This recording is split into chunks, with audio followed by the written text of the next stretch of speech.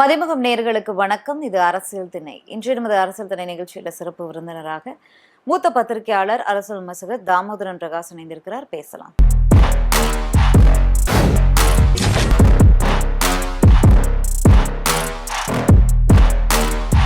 டயா booster சுகரை control பண்ணும், உங்க ஆரோக்கியத்தை மீட்டு தரும். சர்க்கரையை கட்டுப்படுத்துறதுக்கான எளிமையான வழிமுறை, இயற்கையான வழிமுறை. அனைத்து மருந்து கடைகளிலும் கிடைக்கும். அரசியல் திணை நிகழ்ச்சி இணைந்தமைக்க மகிழ்ச்சிங்க சார்.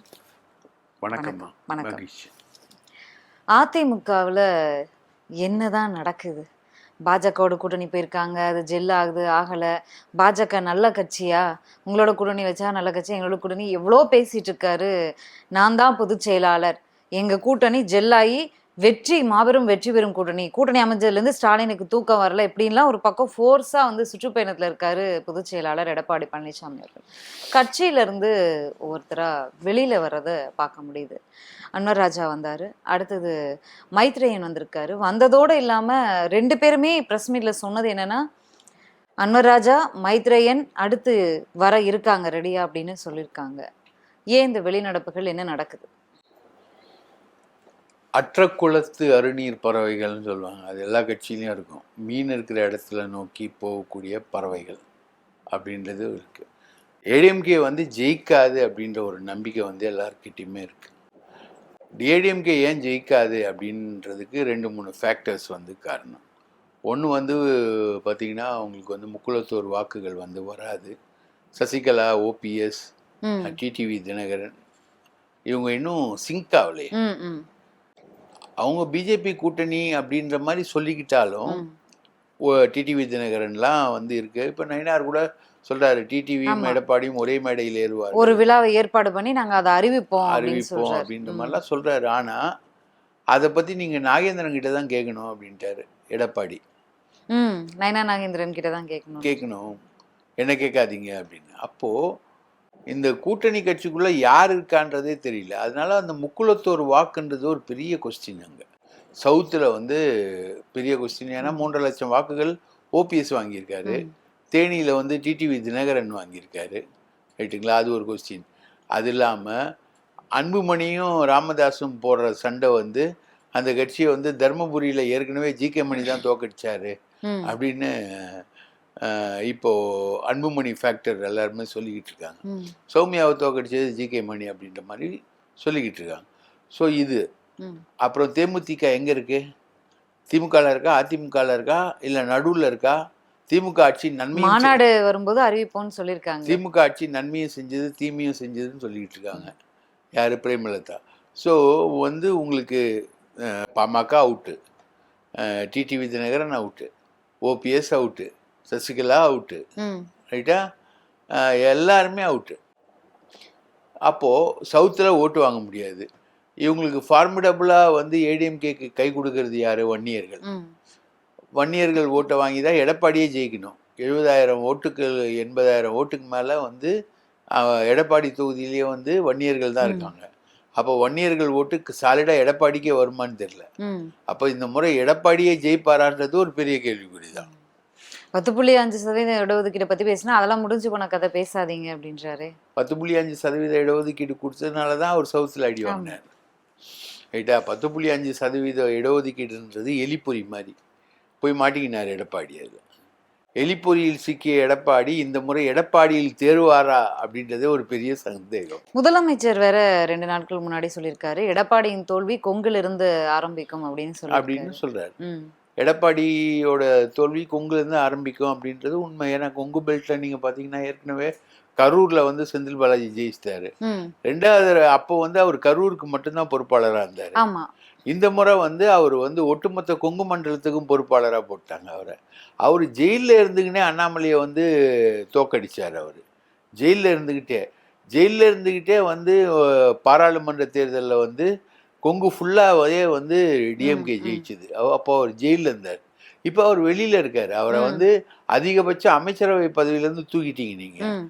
அது நீங்கள் கோர்ட்டில் சொல்லி, அமலாக்கத்துறையில் சொல்லி, இதில் சொல்லி நீங்கள் ஒரு சிச்சுவேஷனை உருவாக்கி தூக்கிட்டீங்க. ஆனால் அவர் இன்னைக்கு கரண்ட்டில் ஆப்ரேட் ஆகிட்டு இருக்காரு, ரைட்டுங்களா? இப்போ கூட தொண்டைமான் ஒருத்தரை, கார்த்திக் தொண்டைமான், அவரை வந்து கூட்டிகிட்டு வந்து சேர்த்துருக்காரு கட்சியில், திமுகவில் கொண்டு வந்து சேர்த்துருக்காரு. மைத்ரேயனுக்கு முன்னாடி கார்த்திக் தொண்டைமான், அதுக்கு முன்னாடி தான் அன்வர் ராஜா. அப்போது அவர் ஆக்டிவாக இருக்கார், ரைட்டுங்களா? அதே அப்போது இந்த முறை வந்து ஃபோர்ஸ்ஃபுல்லாக அவர் ஒர்க் பண்ணுறாரு. இப்போ அவரோட ஒர்க் இல்லாதப்போ போன முறை எப்படி ஜெயிச்சிங்க? தொகுதியில் போலீஸை வச்சு, ஃபயர் சர்வீஸை வச்சு, ஃபயர் சர்வீஸ் ஆம்புலன்ஸில் பணத்தை கொண்டு போய் அப்படி தான் வந்து ஏடிஎம்கே வந்து 11 தொகுதி ஜெயிச்சுது. கொங்கை பொறுத்த வரைக்கும் அந்த கிட்னி திருட்டில் போன மாதிரி தான், காசு தான், ரைட்டா? அந்த மக்களுடைய கஷ்டம் வந்து அந்த அளவுக்கு மோசமான ஒரு கஷ்டம். கொங்கில் இருக்கக்கூடிய ஏழைகளுடைய கஷ்டம் வந்து அந்த அளவுக்கு மோசமான கஷ்டம். காசு இருந்தால் தான் அங்கே, காசு இல்லாமல் வந்து ஓட்டு போட மாட்டாங்க. ஒவ்வொரு தேர்தலும் அவங்களுக்கு இடைத்தேர்தல் தான். நீ ஒரு சட்டமன்ற தொகுதியில் 11 தொகுதி வந்து இவர் ஜெயிக்கிறாரு, எஸ்பி வேலுமணி. அதே கொங்குல அடுத்ததாக கார்பரேஷன் எலெக்ஷனில் கோவையில் 100 மாநகராட்சி வார்டில் 95 மாநகராட்சி வார்டு வந்து திமுக ஜெயிக்கு, செந்தில் பாலாஜி. ஸோ இப்போ அதே செந்தில் பாலாஜி மறுபடியும் களத்தில் வந்துட்டார். நீங்கள் என்னென்ன வேலை செய்வீங்களோ அதெல்லாம் தெரியும். போதாக்குறைக்கு அண்ணாமலை வந்து உங்களை தோக்கடிக்கணுன்றதுக்காக எல்லா வேலையுமே பண்ணிக்கிட்டு இருக்காரு கொங்குல. நீங்கள் வந்து கொங்குல தோக்கணும் அப்படின்றதுக்கு அண்ணாமலை எல்லா வேலையுமே பண்ணிக்கிட்டு இருக்காரு. இப்போ ஒரு ஃப்யூச்சரில் ஒரு கட்சியை ஆரம்பிக்க போகிறாரு அவர், கொங்கு நாடு ஜனதா கட்சின்னு ஒரு கட்சி ஆரம்பிக்க போகிறாரு. ரெஜிஸ்டர் பண்ணிட்டாரா சார்? பண்ணிடுவார் அவர். கொங்கு நாடு ஜனதா கட்சி, சூப்பர். பாரதிய ஜனதா கட்சி மாதிரி கொங்கு நாடு ஜனதா கட்சின்னு ஒரு கட்சி ஆரம்பிப்பார் அவரு. அது கொங்குல மட்டும்தான், அது கொங்குல மட்டும்தான் ஆப்ரேட் ஆகும். அவருக்கு பிரச்சனையே வந்து கொங்குல யார் பெரியவங்க, எடப்பாடியா நானான்றதுதான் இஷ்யூ. அங்க வந்து 3 ஆப்ரேட்டர், அண்ணாமலை, எடப்பாடி, வேலுமணி, செந்தில் பாலாஜி, 3 ஆப்ரேட்டர். எடப்பாடியுடைய தளபதி தான் வந்து வேலுமணி. வேலுமணியை இவங்க ஹைஜாக் பண்ணி எடுத்துக்கிட்டாங்க. இவங்களோட பிஜேபியோட தளபதியாக அவங்க மாற்றிக்கிட்டாலும் எடப்பாடி தான் அங்கே கொஸ்டின். அப்போது எடப்பாடியா அண்ணாமலையா செந்தில் பாலாஜியா அப்படின்னு வரும்போது அண்ணாமலையும் செந்தில் பாலாஜியும் சேர்ந்துட்டாங்க, எடப்பாடியை தனியாக விட்டாங்க. இந்த முறை எடப்பாடியை தோக்கடிக்கணும் அப்படின்றதுல அண்ணாமலை கங்கணம் கட்டி வேலை செய்கிறார். இது புதுசாக இருக்கே சார். ஆமாம், ஜெயிலுக்கு போவாரு அப்படிங்கறத முன்கூட்டியே அறிவிச்சவர் தானே அண்ணாமலை அவர்கள். ஆமா, அது வேற. இன்னைக்கு என்ன மாநில தலைவர் பதவியிலேருந்து தூக்கிட்டு நயினார் நாகேந்திரன் மாநில தலைவர் பதவியில் போட்டு அதிமுக அலையன்ஸ் வந்தால் தான் வெற்றி பெறுவோன்ற மாதிரி ஒரு பிக்சரை உருவாக்குனீங்கன்னா அந்த அலையன்ஸ் வெற்றி பெறுவதை நான் விரும்புவேனா? ஏற்கனவே அதிமுக அலையன்ஸ்லேருந்து எல்லா கட்சியும் கூட கூட்டிகிட்டு போய் தான் பாமக, ஏசிஎஸ் எல்லாத்தையும் பிரிச்சு கூட்டிட்டு போய் அவர் ஓட்டு வாங்கினார். ஜான் பாண்டியன், கிருஷ்ணசாமி, ஓபிஎஸ் எல்லாரையும் பிரிச்சு எடுத்துன்னு போயிட்டு தான் 18% வாக்குகளை அண்ணாமலை வாங்கினாரு. இப்போ நான் வாங்கின அந்த 18% நான் சும்மா விட்டுருவேன்னா? பிஜேபிக்கு எதிராக தான் எடப்பாடி ஓட்டு வாங்கினாரு, 19%, கிட்டத்தட்ட 20%. அப்போ எடப்பாடியை நான் ஜெயிக்க விட்டுருவேனா அப்படின்றனால ரேரஸ்ட் காம்பினேஷன் என்னன்னா செந்தில் பாலாஜியும் அண்ணாமலையும் சேர்ந்துருக்காங்க. சேர்ந்து அடிக்கிறது வந்து எடப்பாடியை. அதனாலதான் ஸ்டாலின் தைரியமா சொல்றாரு கொங்குல இருந்து துவங்க போறோம் அப்படின்னு. அண்ணாமலை தனி கட்சி ஆரம்பிக்கிறதுக்கே திமுகவுடைய ஆதரவு உண்டு. ஏன்னா எடப்பாடி அடிக்கணும். எனக்கு ஒரு கண்ணு போனா பரவாயில்ல, எதிரிக்கு 2 கண்ணு போகணும். இதுதான் அண்ணாமலை.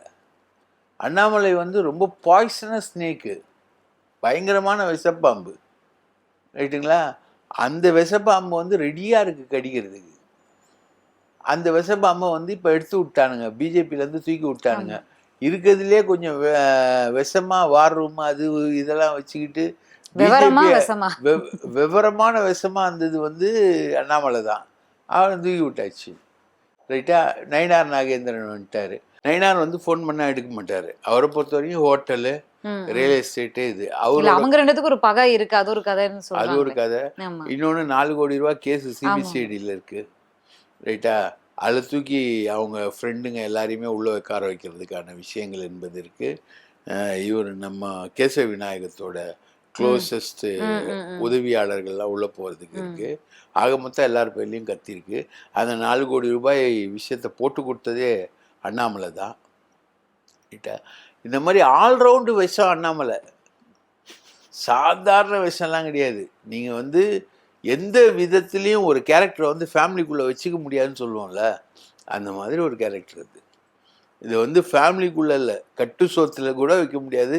அவ்வளோ பெரிய பெருச்சாலியை துண்ணிடும் எல்லா சோத்தையும். அவரை பொறுத்த வரைக்கும் கட்டிங்கு, காசு, இது எங்கே கிடைச்சாலும் வாங்குவார் அவர். இதுதான் வந்து அண்ணாமலையுடைய கான்செப்ட். ஸோ அண்ணாமலை வந்து இந்த முறை எடப்பாடியை வந்து டோட்டலாக ஃபெயிலியர் பண்ண போகிறார். அதுதான் அதிமுகவினருக்கு இருக்கக்கூடிய ஒரு மிகப்பெரிய பலவீனம், நம்பிக்கையின்மை. இல்ல திமுக எந்த வேலையும் செய்யவே வேணாமா? இந்த லெவல்ல போச்சுன்னா நீங்க திமுகவுக்கு கூட்டணியா வரவங்களை கவுண்ட் பண்ணி பாருங்க. இப்போ ஓபிஎஸ் வந்துட்டு போனாரு, ஆதரவு வெளிப்படையா இன்னும் எதுவும் அறிவிக்கல. நாங்க இந்த கூட்டணிக்கும் திமுக கூட்டணிக்குலாம் நான் போகல, தவறான தகவல் பரப்பப்படுகிறது.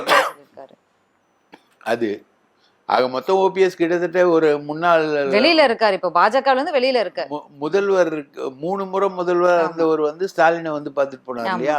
அதுவும் ஒரு தடவை பார்க்கல, 3 முறை பார்த்தாரு. 3வது முறை வந்து அந்த போட்டோ வெளியே போடாதீங்கன்னு ஸ்டாலினே சொல்லிட்டாரு. என்னை பார்த்த போட்டோவை வச்சு விளம்பரம் தேடிட்டு இருக்காரு அப்படின்னு. மனோஜ் பாண்டியனை வச்சு இவர் வந்து விஜயோட பேசிக்கிட்டு இருக்காரு அப்படின்னு ஒரு தகவல் இருக்கு. ஓபிஎஸ் விஜய் கிட்ட வெயிட்டு காட்டுறதுக்காக நான் வந்து ஸ்டாலினியை பார்க்குறேன் அப்படின்ற மாதிரி ஒரு இமேஜை வந்து அவர் பண்ணுறாரு அப்படின்றது ஸ்டாலின். ஆக மொத்தம் கிட்டத்தட்ட ஓபிஎஸ். இப்போ அன்புமணி ராமதாஸ் சண்டேல ராமதாஸ் ஸ்டாலின் கிட்ட திமுக ஆதரவு நிலைப்பாட்டில் இருக்காரு. தேமுதிக வந்துருச்சு. இப்போ மதிமுக பற்றி நம்ம சொல்ல தேவையில்லை. தேமுதிக இங்கே வந்துருச்சு, கிட்டத்தட்ட வந்துருச்சுன்னு வச்சுக்கோங்களேன். அப்போது இந்த நிலைமையில பார்த்தீங்கன்னா உங்களுக்கு ஏற்கனவே இருக்கக்கூடிய கூட்டணி கட்சிகள் இல்லாமல் இப்போ இந்த கணக்குலேயே ஒரு 3 கூட்டணி கட்சி இங்கே வந்துருச்சு. 3 கூட்டணி கட்சி மட்டும் இல்லை, அங்கேருந்து தலைவர்கள் உதிரி அன்வர் ராஜா, மைத்ரேயன், கார்த்திக் தொண்டைமான்னு தலைவர். தங்கமணி வருவார் அப்படின்னு ஒரு பேசுவார்கள். தங்கமணி உயிருள்ளவரை நான் அதிமுகவில் எடப்பாடிக்காக பணியாற்றுவேன்னு ஒரு ஸ்டேட்மெண்ட் கொடுத்திருக்காரு. ஆமா, தங்கமணி வரமாட்டாரு, அவர் சொந்தக்காரரு, எடப்பாடிக்கு சொந்தக்காரரு, ஆனால் வரமாட்டாரு. ஆனால் அவருக்கும் அதிருப்தி இருக்கு. ரைட்டா? வேலுமணிக்கும் வந்து வேலுமணி வந்து எடப்பாடிக்கு எதிராக கச்சை கட்டி நின்னாரு. அதை வந்து இப்போ எடப்பாடி அடக்கி ஒடுக்கி அவரை உட்கார வச்சுட்டாரு எடப்பாடி.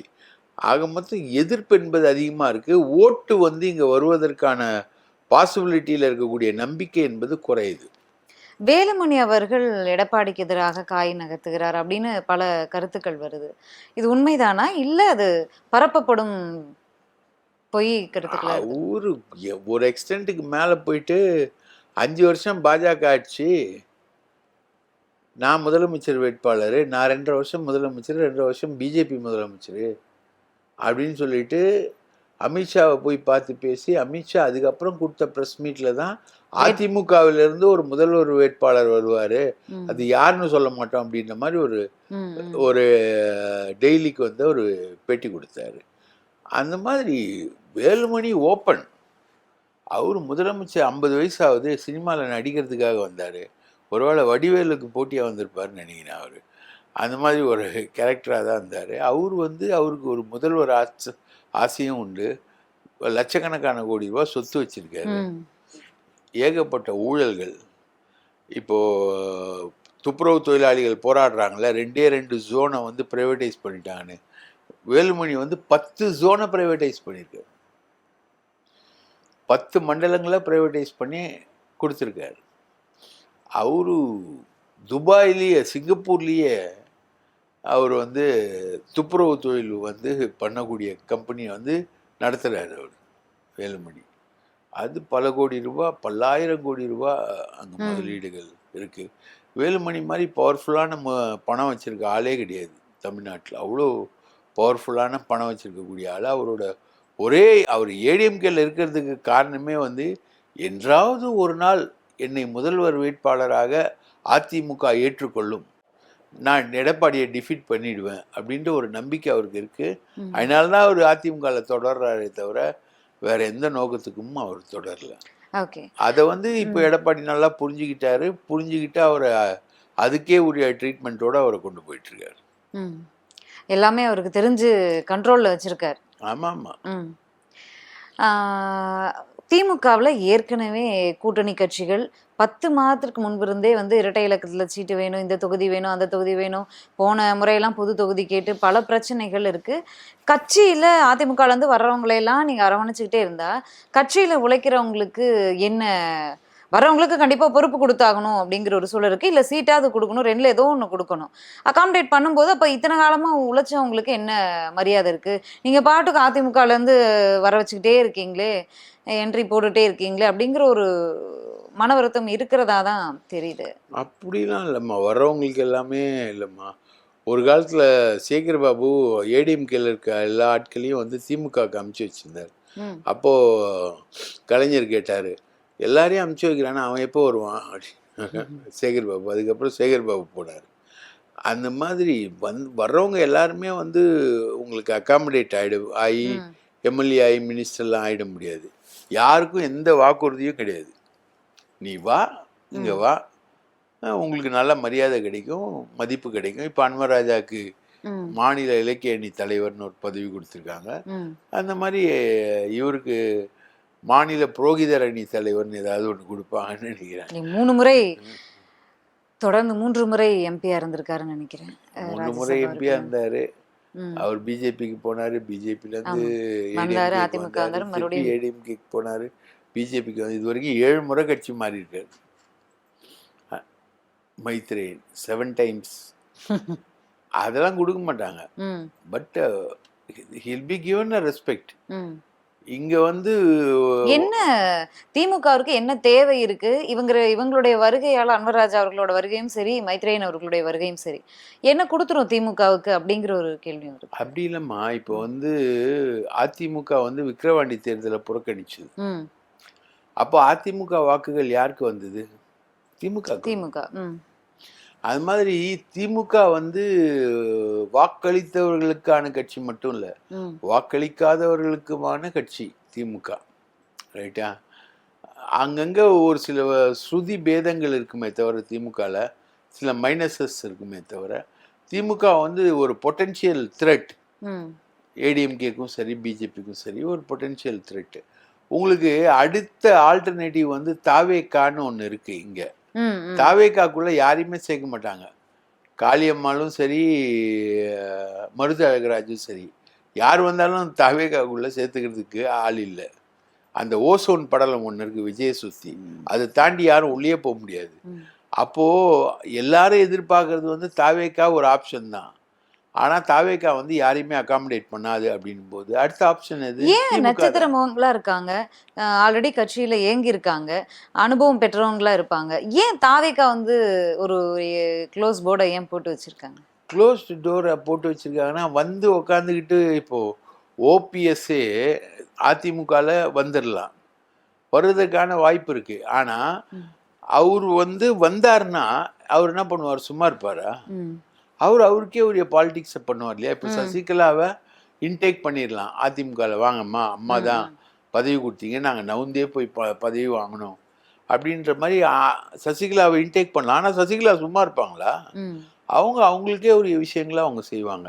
அது வந்து எடப்பாடிக்கு சிக்கலாகும். அதனால சசிகலா வந்து இன்டேக், ஓபிஎஸ் வேணால் இன்டேக் ஆகலாம், சசிகலா இன்டேக் ஆகவே முடியாது. அந்த மாதிரி ஒரு பொசிஷனில் தான் போகுது. ஸோ இப்போ வரவங்க வந்து சும்மா இருக்க போகிறது இல்லை, அவங்களுக்குரிய விஷயங்களை அவங்க பண்ணுவாங்க.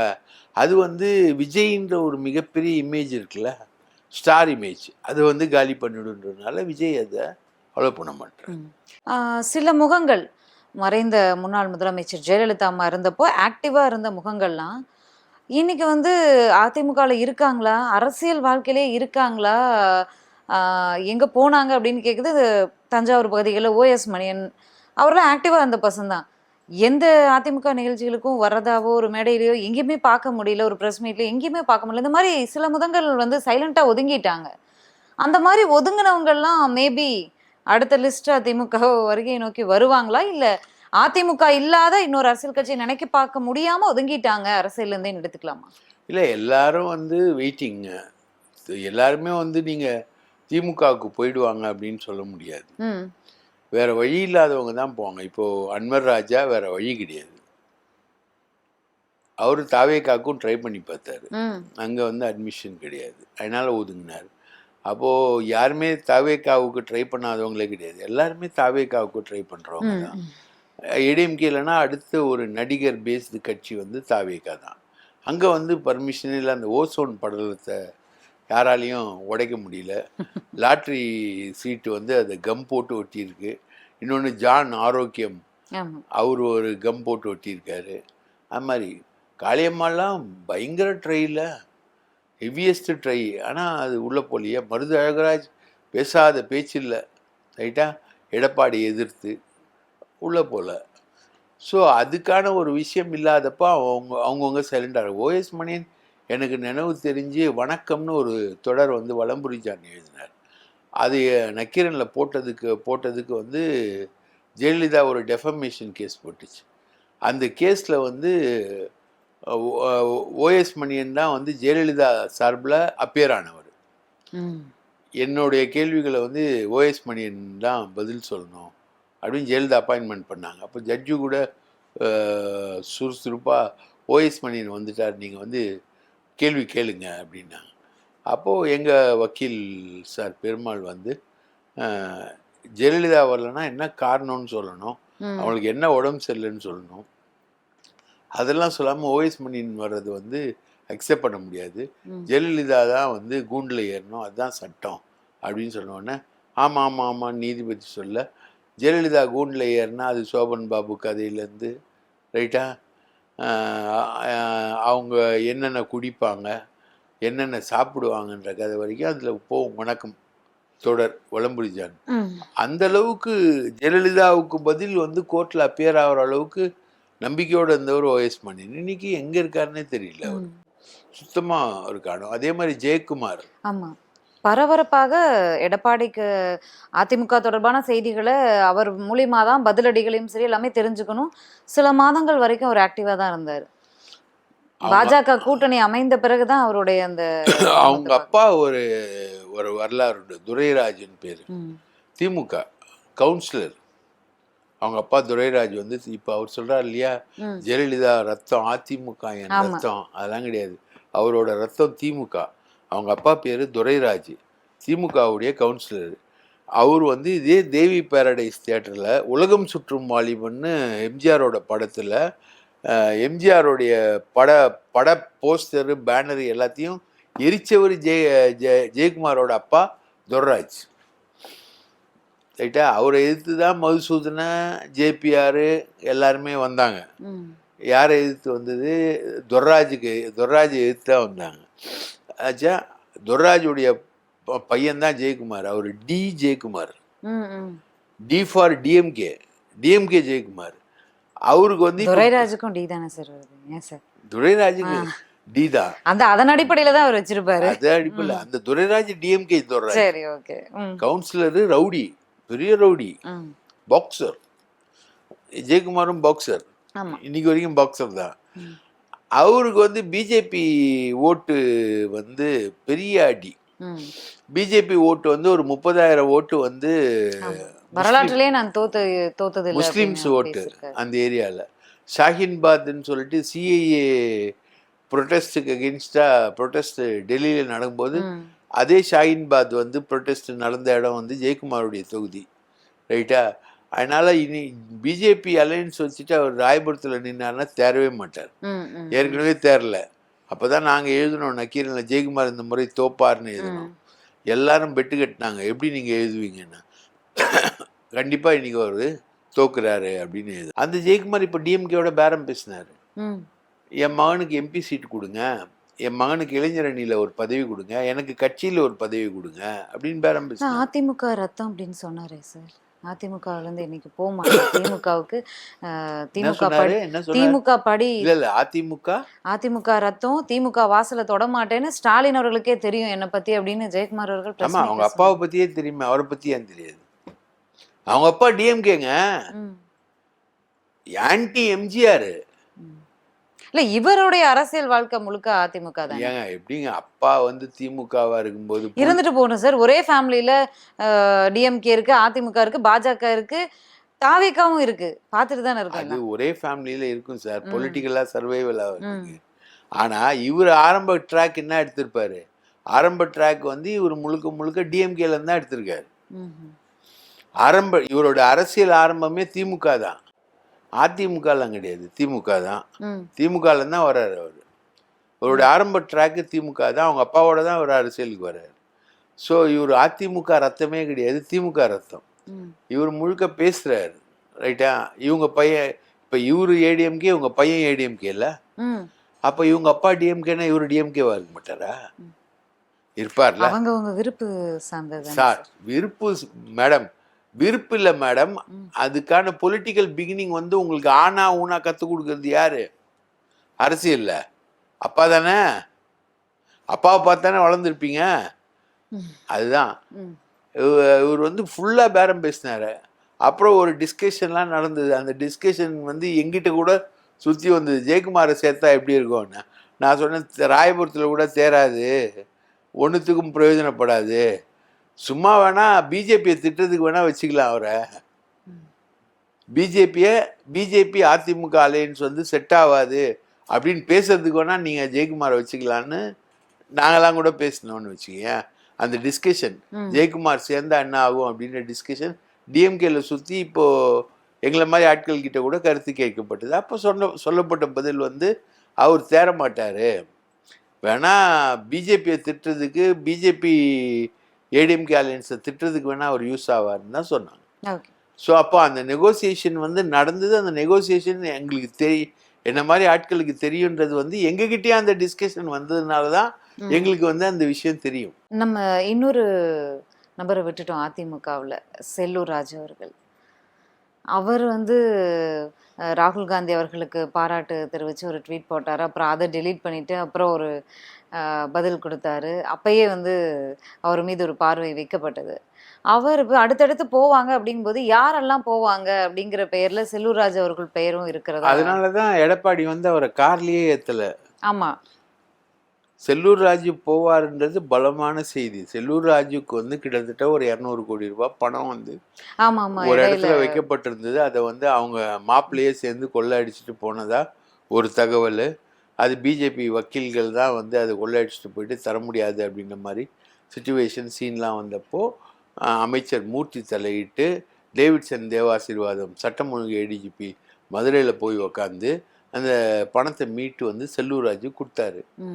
கிட்டத்தட்ட பறிபோன பணம் அது. ஏன்னா இவர் வந்து அந்த பணத்தை பதுக்கி வைக்க ஒரு வக்கீலோட அனுப்புறாரு, ஒரு ரவுடியோட அனுப்புறாங்க. அந்த ரவுடி பேரு சிறப்பு பிரகாஷ், ரைட்டா? சிறப்பு பிரகாஷும் அவங்க மாப்பிள்ள, சொந்த மாப்பிள்ள, 2 பேரும் சேர்ந்து அடிச்சிட்டாங்க அந்த பணத்தை. அதை வந்து எடுத்துன்னு போயிட்டு எங்கெங்கேயோ வச்சுட்டு சிறப்பு பிரகாஷ் வந்து பெங்களூர் பாம்பேன்னு போயிருந்தா அவனை பிடிச்சி தூக்கிட்டு வந்து நிற்க வச்சு பணம் எங்கே இருக்குன்னு பார்த்து அதெல்லாம் பிடுங்கி வாங்கி கொடுத்தது வந்து திமுக. அதுலேருந்து அவர் திமுகவோட கனெக்ஷனில் வந்துட்டார். அவர் வந்து போயிடுவார் அப்படின்ற ஒரு எதிர்பார்ப்பு என்பது வந்து எடப்பாடிக்கே தெரியும் அவர் போகிறாருன்றது. அதுக்கு முன்னாடி மைத்திரேயன் போயிட்டார், அடுத்தது போகிறது செல்லூர் ராஜு தான். அதனால தான் செல்லூர் ராஜுவை வந்து காரில் ஏற்றலை எடப்பாடி. இல்ல பாதுகாப்பு காரணம் கருதி. அதெல்லாம் சும்மாங்க, பாதுகாப்பு கார்ல இடம் இல்ல, அதெல்லாம் சும்மா. Z+ பாதுகாப்பு அதிகாரிகள் வேற இருக்காங்க, இடம் இல்ல அப்படின்னு தான் சொல்லப்பட்டது. அதெல்லாம் தெரியாமல செல்லூர் ராஜு யார போயிருப்பாரு, ரைட்டுங்களா? Z+க்கு தனியா வருவாங்க, காரே வருங்க. அவங்கெல்லாம் அவர் கார்லயே தொக்கி குந்தினேவா வருவாங்க. ஒருத்தர் உட்காந்துருப்பார் ஏகபாடி சிவனோட, அவ்வளோதான். பாக்கி 4 சீட் இருக்காது. ஆனால் எவ்வளோ பெரிய கார் எடப்பாடி காரு, சாதாரண காராக வச்சுருப்பாங்க. எப்படியும் 7 சீட்டர் தான் போவார் எடப்பாடி. 7 சீட்டரில் ஒரு சீட்டு கூட கிடைக்காது செல்லூருக்கு. அதெல்லாம் சும்மா இந்த மாதிரி திமுகவுக்கு போகிறான்னு தெரிஞ்சு தான் வந்து எடப்பாடி அவரை அவாய்ட் பண்ணார். இல்ல இப்போ கட்சியில இருந்து அறியப்பட்ட முகங்கள் வெளியில போறாங்க அப்படின்னா அவங்கள தக்க வச்சுக்கிறதுக்கு அவங்களுடைய தேவைகள் என்னன்னு பார்த்து பூர்த்தி பண்ணுவதுதான் ஒரு நல்ல தலைமையா இருக்கும். போறவங்கலாம் போறியா நான் உன்னை வந்து அவாய்ட் பண்ணுவேன் அப்படிங்கிறது வந்து இவங்கெல்லாம் போயிடுவாங்க அப்படின்னு ஒரு லிஸ்டே தெரிஞ்சா கூட போறவன்லாம் போகட்டும் அப்படின்னு இருக்கிறது ஏற்கனவே வந்து கட்சி பிளவுபட்டு இருக்கிற நிலையில. அதிமுகவுடைய ஹிஸ்டரியை நீங்க தெரியாம சொல்றீங்க. அதிமுகவுடைய ஹிஸ்டரியில யாரு போனாலும் அவங்க கவலைப்பட மாட்டாங்க. நெடுஞ்செழியன் போனதையே உதிர்ந்த ரோமங்கள்னு இல்ல சொன்னவங்க அன்னைக்கு அம்மா அவர்களுடைய காலம் வேற இல்ல சார், இன்னைக்கு எடப்பாடியே சொல்றாரு. இன்னும் அம்மா காலம் வேற, எடப்பாடி காலம் வேற. அம்மா தான் நான் எடப்பாடி, ஒன்னும் எம்ஜிஆர் அவர்களோ அம்மா தான் எடப்பாடி, எடப்பாடி தான் அம்மா. அப்படிலாம் இல்லைன்னு அவரே சொல்லிட்டாரே சார். அவரே நீங்க சொல்லாலும் செயல் வந்து அம்மா தானே. அது வந்து ஏடிஎம்கேடைய சிம்பிள்ல பார்ட்டி, அது வந்து ஒரு மாஸ் பார்ட்டிமா. அதோட லீடர் வந்து மாஸ் லீடரா தான் இருப்பாரு, ரைட்டுங்களா? நீங்க சொன்னாலும் சொல்லனாலும் எடப்பாடி வந்து 75 சீட்டு வந்து ஜெயிச்ச ஒரு எதிர்கட்சி தலைவர், ரைட்டுங்களா? அவரோட லீடர்ஷிப்ல 75 சீட்டு ஜெயிச்சிருக்கு. அவரோட லீடர்ஷிப்ல ஆட்சிக்கு வரலனாலும் அவரோட லீடர்ஷிப்ல எதிர்கட்சி தலைவராக வர அளவுக்கு ஜெயிச்சிருக்காங்க. அப்படி இருக்கும்போது அவர் ஒரு மாஸ் லீடர். அவருக்கு எதிர்த்து நீங்க வந்து போறேன் அப்படின்னா, இந்த செல்லூர்ராஜ் மாதிரி துட்டை தூக்கி வச்சுட்டு, துட்டை காணாம போய் தொலைச்சிட்டு, மாப்பிள்ளையை திருடின்னு, ரவுடி பையன் திருடின்னு, அதை வந்து போலீஸ் வச்சு மீட்டு, அதனால வந்து ஒருத்தர் திமுகவுக்கு போறாருன்னா அதை எப்படி வந்து அதிமுக தலைமை வந்து அக்செப்ட் பண்ணும்? அதான் அதிமுகவுடைய சிம்பிள் வந்து யார் போறதை பத்தியும் கவலைப்பட மாட்டாங்க. போனா போ, அவ்வளவுதான். போகும்போது கட்சியை விட்டு நீக்கிடுவாங்க. ஓகே, ஓபிஎஸ் அவர்களை பத்தி முன்னாடி பேசியிருந்தீங்க.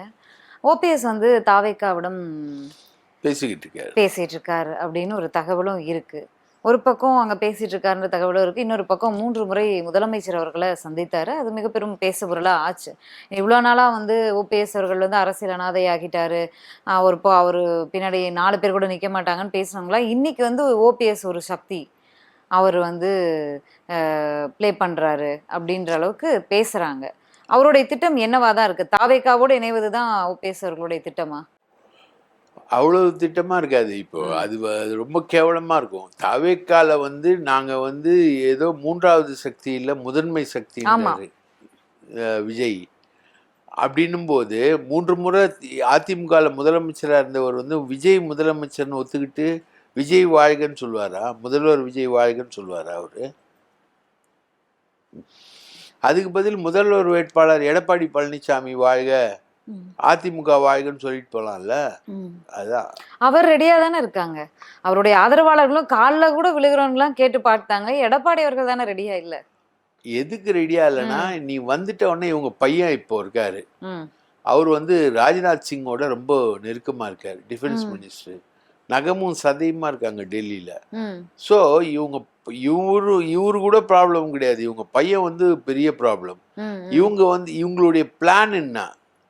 இப்போ காசா கிராண்ட்லயும் பாஷ்யம் பில்டர்லயும் பல்லாயிரம் கோடி ரூபாய் முதலீடு போட்டிருக்காங்க. அவங்களுக்கு வந்து ஸ்டேட் கவர்மெண்ட்டோட ஹெல்ப் தேவை. பாஷ்யத்துக்கும் சரி, காசா கிராண்டுக்கும் சரி, பில்டிங் கட்டி விற்கிறதுல ஸ்டேட் கவர்மெண்ட்டோட ஹெல்ப் தேவை. அப்போ ஓபிஎஸோட ரோல் வந்து அந்த இடத்துல என்னவா இருக்கும்? அவரோட இன்வெஸ்ட்மெண்ட்டு அங்கே இருக்கு, அதில் என்னவா இருக்கும்? ஸ்டேட் கவர்மெண்ட்டுக்கு ஃபேவரான ரோல் ப்ளே பண்ணுவோம். இந்த மாதிரி நிறைய பிரச்சனைகள், சிக்கல்கள் இருக்குது. நிறைய பணம் இருக்குது ஓபிஎஸ் கிட்ட. அந்த பணத்தை எப்படி செலவு பண்ணுவார், யார் யாருக்கு செலவு பண்ணுவார், எங்கே செலவு பண்ணுவார், யாருக்கு சாதகமாக போவார், பாதகமாக போவார்னு நிறைய கணக்கு கால்குலேஷன்ஸ்லாம் இருக்குது. இவங்கெல்லாம் சாதாரணமான அரசியல்வாதியாக ஒரு 4-5 வருஷத்துக்கு முன்னாடி இருந்தாங்க. இன்னைக்கு வந்து இவங்கெல்லாம் பல ஆயிரம் கோடிக்கு அதிபதியாக இந்த 4 வருஷம் ஆட்சி மாற்றிருக்கு. அப்போ பணம் என்ன பண்ணுவாங்க? பணத்துக்கு என்ன ரோல் இருக்குது இவங்களுக்கு? பணத்தை எப்படி போற்றி பாதுகாப்பாங்க? பணத்துக்காக தங்களுடைய பணத்தை பாதுகாக்கிறதுக்கு என்ன பண்ணுவாங்க? பிஜேபியோட என்ன பண்ணுவாங்க? பல அமைச்சர்கள் இன்னைக்கு வரைக்கும் பிஜேபியோட ரொம்ப கோஆர்டினேட்டடாக போகிறதுக்கு காரணம் அவங்க சம்பாதிச்ச ஊழல் பணம் தான். ஒரே நிமிஷத்தில் நிர்மூலமாக்கிடும். அனானப்பட்ட சசிகலாவையே தூக்கி போட்டு மிதித்து 1300 கோடி எல்லாம் சீஸ் பண்ணி எல்லாத்தையும் பண்ணி சசிகலா வந்து பாரதிய ஜனதா கட்சி வாழ்கன்னு சொல்ல வச்சுட்டாங்க இல்லையா?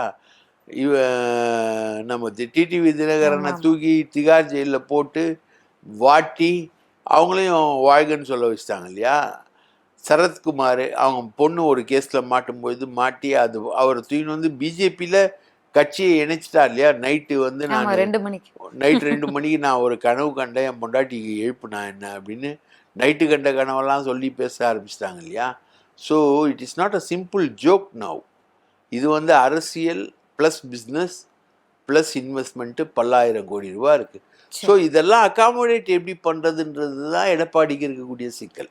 ஓகே, இப்போ இவ்வளோ விஷயங்கள் பேசும்போது தேமுதிக ஒரு பக்கம், பாமக ஒரு பக்கம், எல்லாத்துலேயுமே என்ன சொல்றது, சிதறல்கள் தேமுதிகவை தவிர பாமகலையும் சரி, இன்னும் சில கட்சிகள்ல பல சிதறல்கள் இருக்கு, குழப்பங்களா இருக்கு. இந்த குழப்ப சூழல்ல தான் இப்ப தாவேகா முதல் முறையா 2026 தேர்தலை சந்திக்கிறாங்க. 2வது மாநாடுக்கும் ரெடி ஆயிட்டாங்க.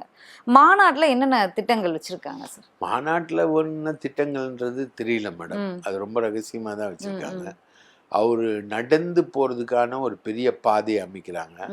போன தடவை போலீஸ் வந்து என்னென்ன சொன்னாங்க, போன தடவை தண்ணி இல்லாமல் ரொம்ப பேர் கஷ்டப்பட்டாங்க. அந்த தண்ணிக்கான வியூகங்களை, தண்ணிக்கான விஷயங்களை வந்து போலீஸ் சொல்லி இப்போ பெரிய அளவுக்கு அங்கே மதுரையில் பண்ணுறாங்க. மாநாடை வந்து முன்கூட்டியே வைக்க சொன்னாங்க. அவங்களுக்கு ஒன்றும் பிரச்சனை இல்லை. மாநாட்டை 25ஆம் மாநாடு 21ஆம் தேதி வைக்கிறாங்க. 21ஆம் தேதி நாங்கள் வைக்கிறோம், எங்களுக்கு ஒன்றும் பிரச்சனை இல்லைன்னு சொல்லிட்டு அதுக்காக போயிருக்காங்க. மாநாட்டில் என்ன வரும்னு தெரியல. முதல்ல வந்து அவங்க மாவட்ட செயலாளர்களையே பல பேர் போடாமல் இருக்காங்க. பல மாவட்டங்களில் மாவட்ட செயலாளர்கள் கிடையாது. அதுக்கப்புறம் பூத் லெவல் கமிட்டி பிஎல்சி அது கிடையாது.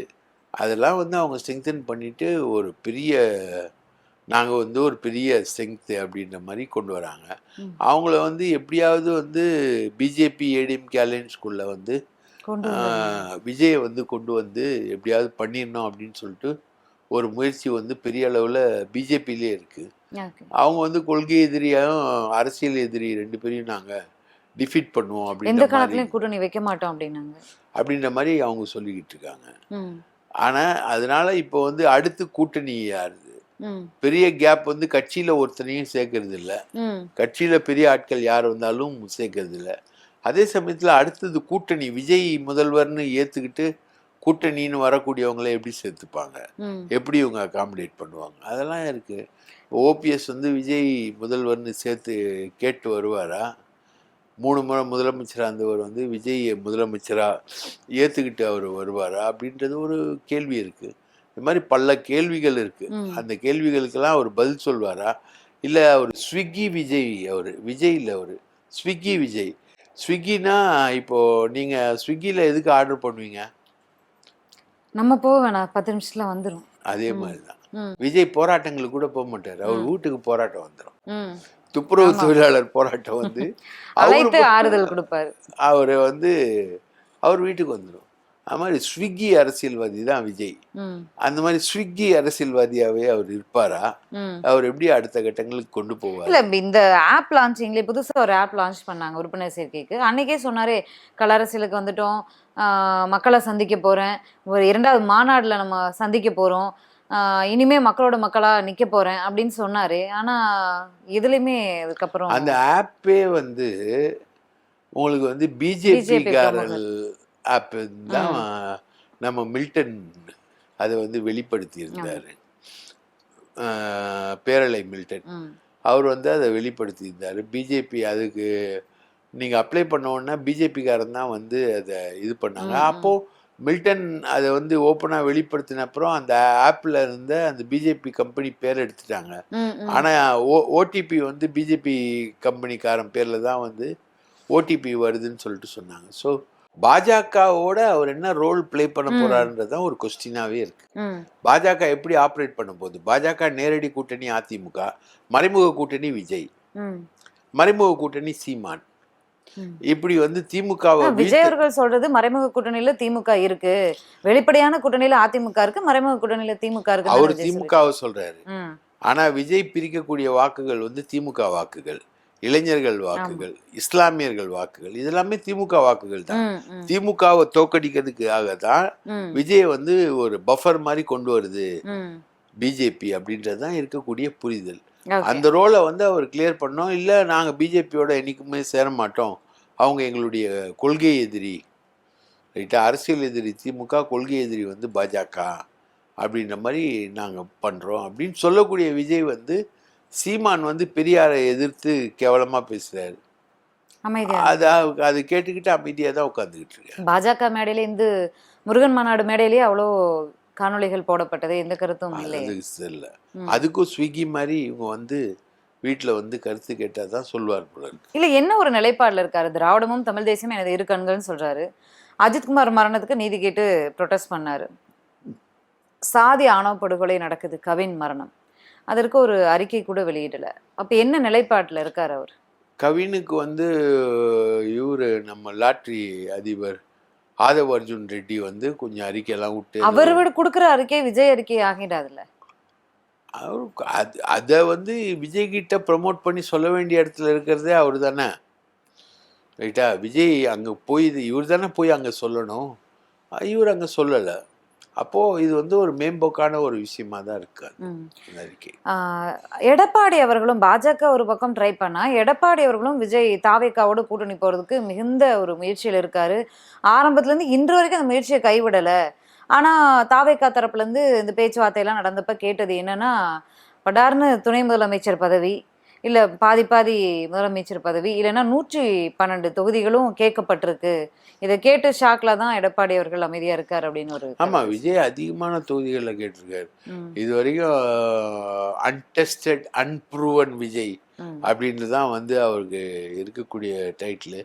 ஆனால் அவருடைய ஸ்ட்ரென்த்துன்னு மெஷர் பண்ணும்போது நகர்ப்புற வாக்காளர்கள் மத்தியில் எல்லாரையும் சேர்த்தோன்னா சில தொகுதிகளில் 15% வாக்குகளுக்கு வர்றாரு அவர். கிராமப்புறங்களில் ஒரு 6%, 7% அவ்வளோதான் வர்றாரு. ரெண்டுத்தையும் சேர்த்திங்கன்னா மொத்தம் ஒரு 7% வரும். தமிழ்நாடு பாலிட்டிக்ஸில் ஃபுல்லாக எடுத்திங்கன்னா 6லேருந்து 7% வாக்குகள் வந்து விஜய்க்கு வரும் அப்படின்ட்டு கணிக்கப்படுது. விஜய் வந்து 20% வரும்னு கணிச்சிருக்காங்களே சார். சில கருத்து கணிப்புகள் 15லேருந்து 20% வாக்குகளை பெறுவார் விஜய் அப்படின்னு கணிச்சிருக்காங்க. அதான் நகர்ப்புறங்களில். கிராமப்புறங்களில் குறையும். 112 வந்து அவர் கேட்பார். பாதி ஆட்சி, பாதி நாள் நான் சீஃப் மினிஸ்டர், பாதி நாள் வந்து எதிர்க்க யார் கூட்டணிக்கு வராங்களோ அவங்க சீஃப் மினிஸ்டர் அப்படின்ற மாதிரி போவார். ஸோ விஜய் வந்து இப்போ விஜய் வருவாரா இல்லையான்றது வந்து அதிமுகவினருக்கே ஒரு சந்தேகம். விஜய் வருவார் அப்படின்னா அதிமுக வந்து மறுபடியும் புத்துணர்ச்சி பெற்றுரும், மறுபடியும் ஒரு மறுமலர்ச்சியை பெற்றுரும், மறுபடியும் நின்றுடும். விஜய் வருவாரா இல்லையான்றது தான் ஒரு மிகப்பெரிய கேள்விக்குறி அதிமுகவை பொறுத்த வரைக்கும். பொறுத்திருந்து பார்க்கலாம் என்ன நடக்குது அப்படின்னு. மாநாடு முடிஞ்ச பிறகு மீண்டும் பேசலாம். நன்றி, வணக்கம். வாய்ப்பளித்ததற்கு மிக்க நன்றி. இன்றைய நமது அரசியல் தனி நிகழ்ச்சியில சிறப்பு விருந்தினரோடு பல்வேறு கேள்விகளை பகிர்ந்திருந்தோம். மீண்டும் சந்திக்கலாம். நன்றி, வணக்கம்.